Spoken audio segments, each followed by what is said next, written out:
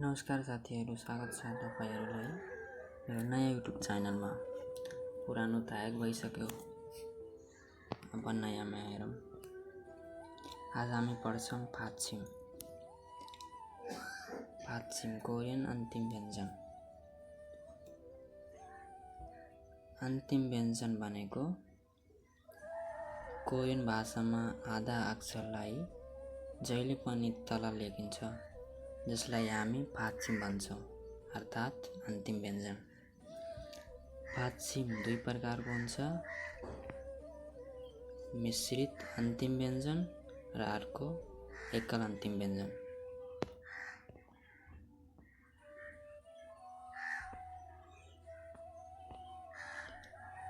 मिश्रित अन्तिम व्यञ्जनलाई पनि दुई भागमा विभाजन गर्न सकिन्छ। एउटा पछाडिको अक्षर उच्चारण गर्ने र एउटा अगाडिको अक्षर उच्चारण गर्ने।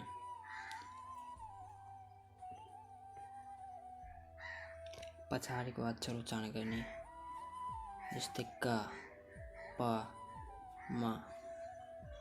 उदाहरणको लागि इक्ता भनेको पढ्नु,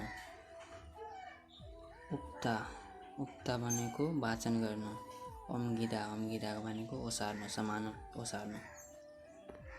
अनि अर्को अगाडिको अक्षर उच्चारण गर्ने जस्तै क, न, ल, प। यी सबै जति छन् अगाडिको अक्षर उच्चारण हुन्छन्। उदाहरणका लागि साग भनेको परिमाण, अन्त भनेको बस्नु, मान्था भनेको धेरै हुनु, यदल भनेको 8, हल्दा भनेको चाट्नु, कुल्दा भनेको उमाल्नु, उइगोरप्ता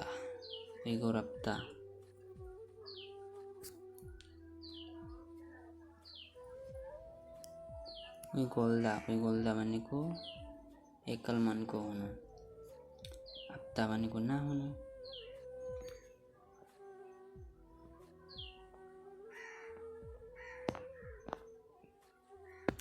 अनि अर्को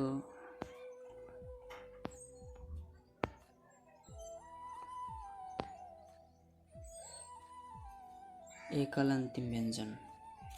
यसमा 16 वटा हुन्छ, अक्षरहरू 16 वटा हुन्छन्, तर 7 वटा व्यञ्जन मात्र काम गर्छन्। जस्तै का, यी सबै तल आएमा का उच्चारण हुन्छ। अनि न, यसको उदाहरण जस्तै सेक भनेको रङ, वक भनेको किचन, फाक भनेको बाहिर। अनि न,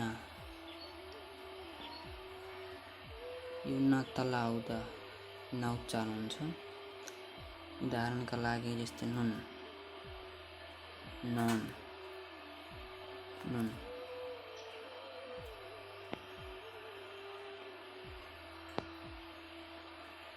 नुन भनेको आँखा, नुन भनेको खेत, नुन भनेको आँखा, हिउँ, नुन भनेको चाहिँ। त्यसै गरी अर्को त उच्चारण गर्ने, यी सबै तल आएमा त उच्चारण हुन्छ। जस्तै कोत भनेको फूल, अर्को कोत भनेको चाँडै, भत भनेको बारी, नात भनेको हँसिया, यो नात भनेको दिउँसो। अनि फित भनेको काइयो, अनि यो अर्को फित भनेको किरण, सूर्यको किरण।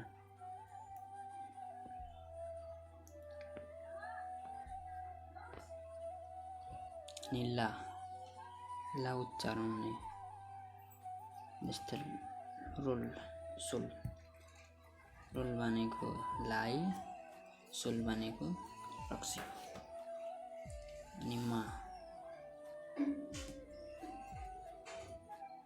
अम्मा, अम्मा भनेको आमा, आम भनेको क्यान्सर, आम भनेको बाकस। अनि अर्को फा, फा उच्चारण हुने। इप, इप भनेको मुख, अर्को इप भनेको पात, अनि छिप भनेको घर, अर्को छिप भनेको पराल। धन्यवाद साथीहरू, आजलाई यति। भोलि अर्को भिडियोमा हामी मिल्नेछौँ। धन्यवाद।